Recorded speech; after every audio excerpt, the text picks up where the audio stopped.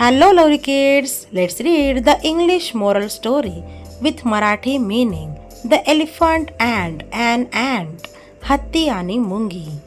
Firstly, welcome to PK's Learning, and for easy solutions, don't forget to subscribe the channel for more updates. Let's meet the elephant and an ant. A big elephant lived in a forest. एका जंगलात एक मोठा हत्ती राहत होता. He thought he was the strongest animal in the forest. त्याला वाटायचे की तो जंगलातील सर्वात बलवान प्राणी आहे. स्ट्रॉंगेस्ट म्हणजे सर्वात बलवान. बिग एलिफंट मोठा हत्ती. फॉरेस्ट म्हणजे जंगल. He hurt the small animals in the forest because he was proud of his strength. तो जंगलातील लहान प्राण्यांना त्रास देत असे कारण त्याला त्याच्या ताकदीचा अभिमान होता. येथे हर्ट म्हणजे इजा पोहोचवणे. प्राऊड म्हणजेच अभिमान, गर्व असणे. All the animals were angry with the elephants behaviour. सर्व प्राणी हत्तीच्या वागण्यामुळे संतप्त झाले होते. अँग्री म्हणजे संतप्त, राग येणे. One day the elephant was walking near the ant hill. एके दिवशी तो हत्ती मुंग्यांच्या वारुळाजवळून चालत होता. ant hill म्हणजे जेथे मुंग्या राहतात असे मुंग्यांचे वारुळ. The hardworking ants were walking in the line to find food. कष्टाळू मुंग्या अन्नाच्या शोधात रांगेत चालत होत्या. हार्डवर्किंग कष्टाळू आणि फूड म्हणजेच अन्न. The elephant wanted to trouble the ants. हत्तीला त्या मुंग्यांना त्रास द्यायचा होता. ट्रबल त्रास देणे. The elephant took water from the river and threw it on the ants. हत्तीने नदीतून पाणी घेतले आणि ते मुंग्यांवर फेकले. The ants got wet and were in trouble. मुंग्या भिजल्या आणि अडचणीत आल्या म्हणजेच त्यांना त्रास झाला. WET वेट म्हणजे पाण्याने भिजणे, ओले होणे. The ants were angry with the elephant. मुंग्या हत्तीवर रागावल्या होत्या. A little ant said, We will teach the elephant a lesson. एक छोटी मुंगी म्हणाली, आपण हत्तीला धडा शिकवू. A lesson धडा शिकवणे. All the ants agreed. सर्व मुंग्या सहमत झाल्या. One day the elephant was eating bananas near a tree. एके दिवशी हत्ती एका झाडाजवळ केळी खात होता. The ants went into the elephant's trunk. मुंग्या हत्तीच्या सोंडेत शिरल्या. They bite him. त्यांनी त्याचा चावा घेतला म्हणजेच त्याला त्या चावल्या. The elephant cried in pain. हत्ती वेदनेने ओरडू लागला. In pain म्हणजेच वेदनेमुळे. Cried म्हणजेच ओरडणे. ट्रंक म्हणजेच हत्तीची सोंड. The elephant was very sad. हत्ती खूप दुःखी झाला. He knew he had done wrong. त्याला जाणीव झाली होती की त्याने चूक केली आहे. He said sorry to the ants and all the animals.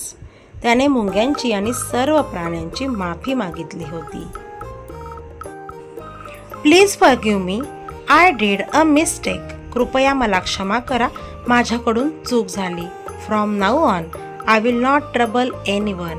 आणि या पुढे मी कुणालाही त्रास देणार नाही. ट्रबल म्हणजे त्रास देणे. Forgive म्हणजे माफी मागणे.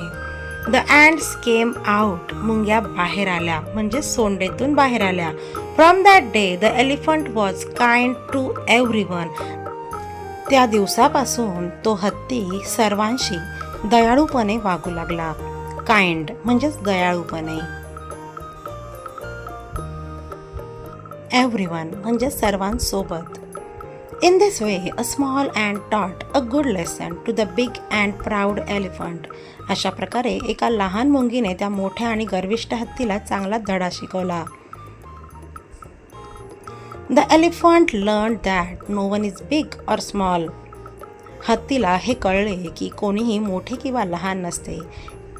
Everyone is special and important. प्रत्येकजण खास असतो आणि महत्त्वाचा असतो. Because the elephant behaved well, हत्ती चांगला वागल्यामुळे the other animals also stopped, इतर प्राण्यांनी सुद्धा त्याला टाळणे थांबवले. They started treating him with love and respect, ते देखील त्याच्याशी प्रेमाने आणि आदराने वागू लागले. येथे टू अवॉइड म्हणजेच टाळणे, टू ट्रीट म्हणजेच वागणे किंवा वागवणे. It is just like give respect and take respect from others. So kids, do you like story? Yes Angel, we like story. So tell me what you learned from this story.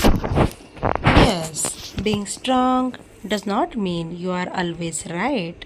सामर्थ्यवान असण्याचा अर्थ असा नाही की तुम्ही नेहमीच बरोबर असता. Being kind and wise is more important. दयाळू आणि शहाणे असणे अधिक महत्त्वाचे आहे. You are right kids. बरोबर, तुम्ही म्हणूनच स्मार्ट मुले आहात. Justice, wisdom and good thoughts are more important than power. सत्तेपेक्षा न्याय, शहाणपण आणि चांगले विचार अधिक महत्त्वाचे असतात. येथे जस्टिस म्हणजे न्याय, विस्डम म्हणजे शहाणपण आणि गुड थॉट्स म्हणजेच चांगले विचार हे सर्वात महत्त्वाचे असतात. कशापेक्षा? तर आपल्या शक्तीपेक्षा देखील. So moral of the story म्हणजेच गोष्टीचे तात्पर्य, do not think anyone is small, everyone is important. असा कधीही विचार करू नका की कोणीही लहान आहे किंवा आपल्यापेक्षा कमी आहे, कारण प्रत्येकजण महत्त्वाचा असतो. म्हणजेच कुणालाही कमी लेखू नका. Thanks for watching.